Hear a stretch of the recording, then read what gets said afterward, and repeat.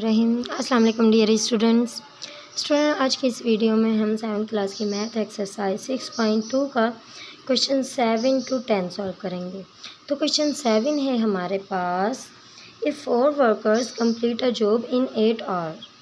ठीक है, अगर 4 वर्कर जो हैं, जो काम करने वाले बंदे हैं, वो 8 घंटों में काम को मुकम्मल करते हैं। ठीक है, find the time in hour to complete the same job by 6 workers. तो हमें टाइम को फाइंड करना है।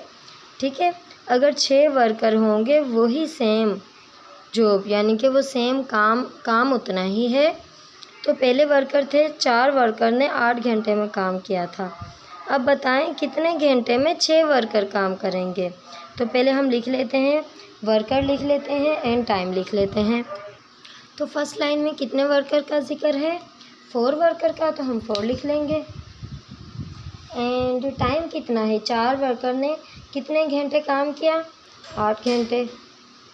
ठीक है, अब क्या है, अब हमने क्या फाइंड करना है, दूसरी लाइन में फाइंड द टाइम।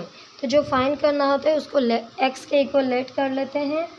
और हमारे पास अब कितने वर्कर हैं, 6 वर्कर हैं। ठीक है, तो पहले 4 वर्कर ने अगर 8 घंटे काम किया तो उनका काम मुकम्मल हो गया। अब वर्कर 6 हैं, तो बताएं कितने घंटों में काम मुकम्मल होगा। अब देखिए 4 वर्कर ने 8 घंटे काम किया, अब वर्कर बढ़ गए हैं। ठीक है, अब ज़्यादा वर्कर होंगे तो उन्हें क्या ज़्यादा देर काम करना पड़ेगा या कम, उन्हें कम देर काम करना पड़ेगा। क्यों, क्योंकि अगर वर्कर ज़्यादा हैं, ठीक है, तो उनका काम जल्दी ख़त्म हो जाएगा। तो वर्कर के ज़्यादा होने से वक्त का अगर कम हो रहा है, एक तरफ चीज़ बढ़ रही है एक तरफ चीज़ कम हो रही है, तो इसको इन्वर्स वेरिएशन कहते हैं। तो इन्वर्स वेरिएशन में हम क्या करेंगे, एरो ऊपर की तरफ लगाएंगे। ठीक है, और जो डायरेक्ट होता है उसका एरो नीचे की तरफ होता है, और जो हमने फाइंड करना होता है उसका एरो हमेशा नीचे की तरफ ही होगा। ठीक है, जो हमने फाइंड करना होगा इसका एरो नीचे, इसको मीन से डायरेक्ट के इक्वल कर लेते हैं। अब जो इस साइड का एरो लगाना होता है तो वो पहले हमने सोचना होता है, अगर डायरेक्ट वेरिएशन है तो हमने एरो नीचे की तरफ लगाना है, अगर इन्वर्स है तो एरो ऊपर की तरफ। तो यहाँ पे इन्वर्स है क्योंकि वर्कर के ज़्यादा होने से टाइम का कम होगा इस्तेमाल। ठीक है, ये हो गया। अब हमें आसानी होगी। तो स्टूडेंट्स, जहाँ पे टेल होती है वो वैल्यू हमने पहले लिखनी होती है। तो हमने लिखा पहले 6। ठीक है, अब जिसकी तरफ एरो का हेड होगा वो हमने बाद में लिखनी है। ठीक है, देन हमने 8 लिखा, x लिखा। ठीक है, अब हम क्या जानते हैं कि product of mean and product of extreme को आपस में मल्टीप्लाई करते हैं। तो प्रोडक्ट ऑफ एक्सट्रीम क्या है, x इंटू 6। पहले हम इन दो प्रोडक्ट ऑफ मीन को पहले लिख लें या पहले प्रोडक्ट ऑफ एक्सट्रीम को लिख लें, इससे कोई फ़र्क नहीं पड़ता। ठीक है स्टूडेंट्स, तो हमने लिखा पहले x मल्टीप्लाई बाय 6, इन दोनों को मल्टीप्लाई किया, देन इज़ इक्वल टू फिर 4 और 8 को मल्टीप्लाई किया। तो हमारे पास जब 4 और 8 को मल्टीप्लाई करेंगे तो हमारे पास क्या आएगा, 32, 8 4 द 32। ठीक है, और यहाँ पे रह गया हमारे पास x।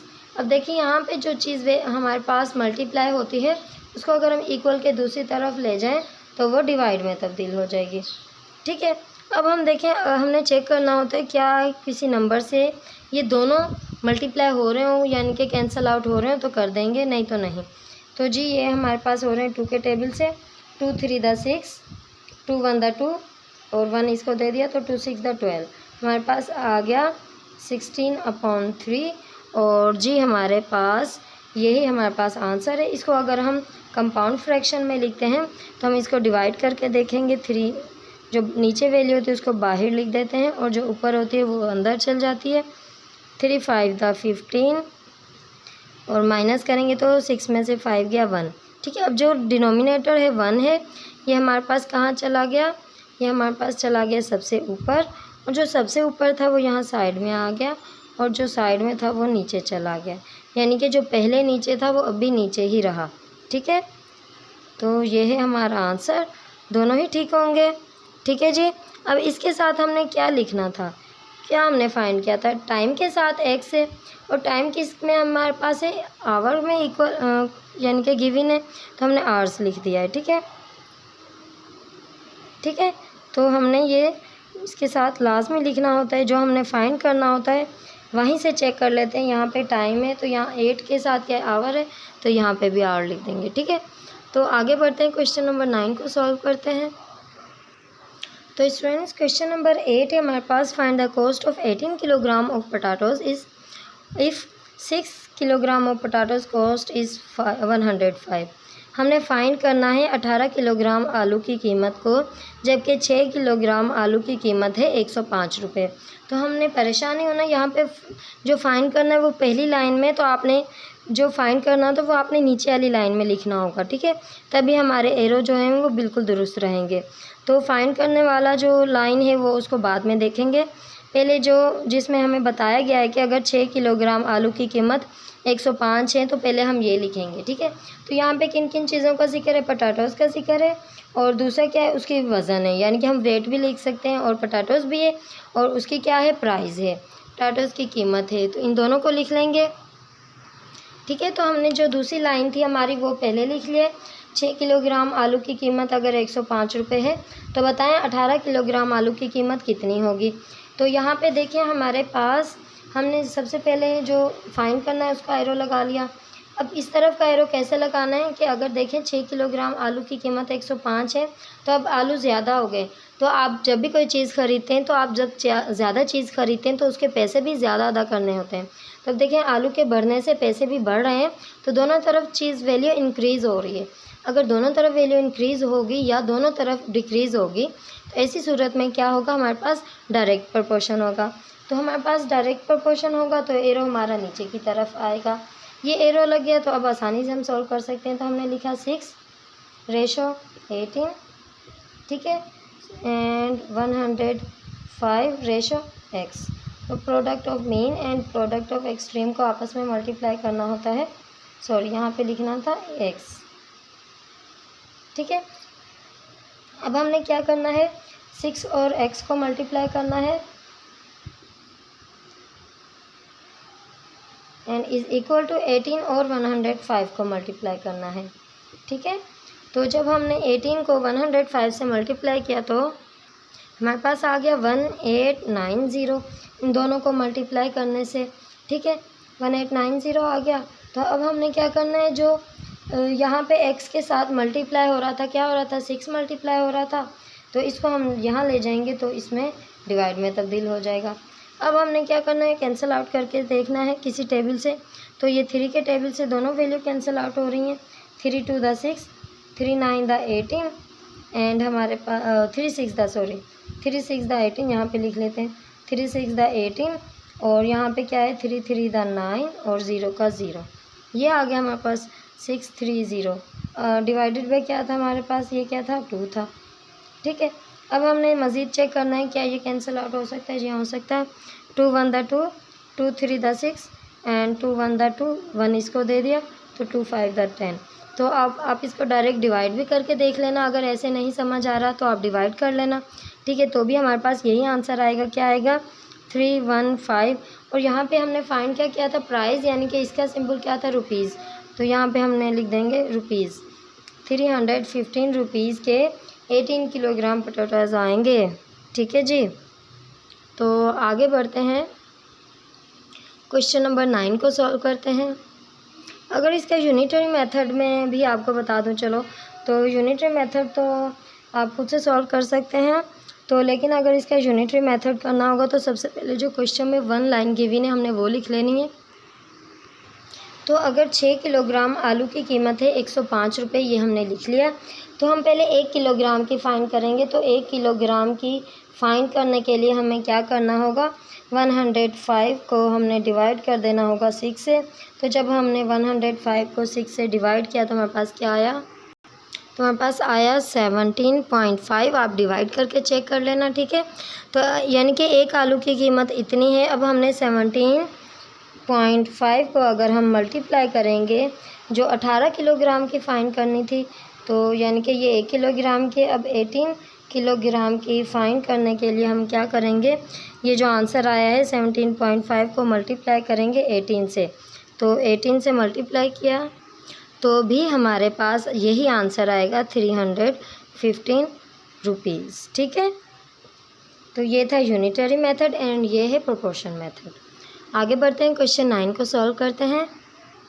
तो स्टूडेंट्स क्वेश्चन नंबर 9 है हमारे पास, if 4/7 of a piece of metal, अगर मेटल के धात के पीसीज हैं, टुकड़े हैं जो 4/7 हैं और उनका वज़न है 28 किलोग्राम, तो हमने फाइंड करना है 8/9 मेटल के पीसीज को, जबकि उनका वेट क्या है, ठीक है, उनका वेट फाइंड करना है और पीसीज इतने हैं 8/9। तो स्टूडेंट्स यहाँ पे अपॉन की सूरत में है, और यहाँ पे एक चीज़ भी ध्यान रखनी है कि हमारे पास ये भी प्रॉपर फ्रैक्शन है और ये भी प्रॉपर फ्रैक्शन है, दोनों प्रॉपर फ्रैक्शन है, तो हमें परेशानी भी नहीं है। और हमें क्या करना होगा, पहले हमने अपनी एक लाइन देखनी है जिसमें फाइंड करना होगा, उसको हम नीचे लिखेंगे, जो दूसरी लाइन जिसमें दोनों चीज़ें बताई हैं उसको हम पहले लिखेंगे।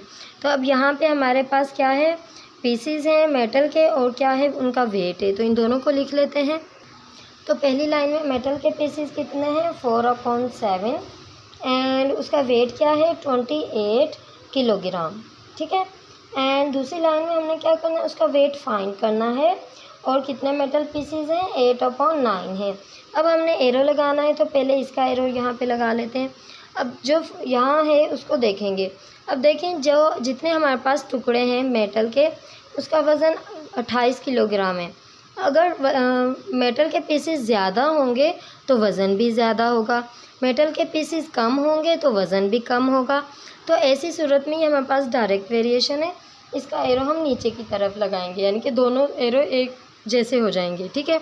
अब हमने क्या करना है, पहले जहाँ पे टेल है हमने वो लिखा 4/7 रेशो 8/9, ठीक है, एंड हमने लिखा 28 रेशो x, ठीक है। अब हमने क्या करना है, प्रोडक्ट ऑफ मीन और प्रोडक्ट ऑफ एक्सट्रीम, इन दोनों को आपस में मल्टीप्लाई करना है। तो पहले हम प्रोडक्ट ऑफ एक्सट्रीम लिख लेते हैं, क्योंकि यहाँ पे x है, तो हमने लिखा x multiply by 4/7 is equal to, हमने लिखा 8/9 मल्टीप्लाई बाय 28। तो 28 के डिनोमिनेटर कुछ नहीं है तो 1 है। अब यहाँ पे देखेंगे क्या हमारे पास कोई टेबल कैंसिल आउट हो रहा है, ऊपर और नीचे, यानी कि इन दोनों को नहीं कैंसिल करना, नीचे और ऊपर वाली वैल्यू को कैंसिल करना होता है, यानी कि डिवाइड की सूरत में आ जाता है। तो अब यहाँ पे देखिए हमारे पास कैंसिल नहीं हो रहा, तो हम 28 को 8 से मल्टीप्लाई करेंगे और 9 को 1 से मल्टीप्लाई करेंगे। तो स्टूडेंट्स जब हमने 28 को 8 से मल्टीप्लाई किया तो हमारे पास आ गया 224, और 9 को 1 से किया तो 9 आ गया। अब यहाँ पे देखिए 4/7 इसके साथ मल्टीप्लाई हो रहा है, दूसरी तरफ ले जाएंगे तो डिवाइड में तब्दील हो जाएगा, तो हमने लिखा 4/7। इस तरह डिवाइड की निशानी लिख सकते हैं, ठीक है। तो इसको हम कैसे लिखेंगे, मज़ीद ऐसे लिखेंगे कि ये डिवाइड है, इसको हम ऐसे हल नहीं कर सकते, इन दोनों वैल्यू को हमने इस डिवाइड की निशानी को मल्टीप्लाई में तब्दील करना होगा। तो जब हम इसको मल्टीप्लाई में तब्दील करेंगे तो हमारे पास जो राइट साइड पे वैल्यू है इसको हम रेसिप्रोकल ले लेंगे, मीन्स जो 7 होगा वो हमारा ऊपर चला जाएगा और 4 होगा वो नीचे आ जाएगा और निशानी मल्टीप्लाई में तब्दील हो जाएगी, ठीक है। तो 7/4 हो गया हमारे पास, ये सूरत आ गई। अब हम क्या करेंगे, चेक करेंगे क्या कोई वैल्यू आपस में कैंसिल आउट हो रही है, हो रही हो तो कर देंगे, नहीं तो फिर ऊपर वाली दोनों वैल्यू को और नीचे वाली दोनों वैल्यू को मल्टीप्लाई कर लेंगे। तो देखिए हमारे पास ये 4 का टेबल इस दोनों पे लग रहा है, कैसे लग रहा है, 4 1 दा 4, 4 5 दा 20, 2 इसको दे दिया तो क्या बन गया 24, 4 6 दा 24, तो यहाँ पे 5 लिखा और यहाँ पे 6 लिखा, ठीक है। तो हमारे पास क्या आ गया 56/9 आ गया, यहाँ पे लिख लेते हैं 56/9 मल्टीप्लाई बाय यहाँ पे आ गया 7/1। अब हमने क्या करना है, 7 को 56 से मल्टीप्लाई करना है और 9 को 1 से मल्टीप्लाई करना है। तो जब हमने इन दोनों को आपस में मल्टीप्लाई किया तो हमारे पास क्या आया, हमारे पास आ गया 392/9, जो कि हमारे पास आंसर है, ठीक है जी। अब इसको यूनिटरी मेथड में कैसे करना है ये आप खुद से सॉल्व कर लेना, आपका होमवर्क है, ठीक है जी। अगर ये मेथड आ गया है तो दूसरा भी आप इसको देख के भी कर सकते हैं, ठीक है। तो अब हम आगे बढ़ते हैं, क्वेश्चन नंबर 10 को सॉल्व करते हैं। तो स्टूडेंट्स क्वेश्चन नंबर 10 है हमारे पास, the expenses of 35 guest in a party are Rs 5250। Find the expenses of 85 guest.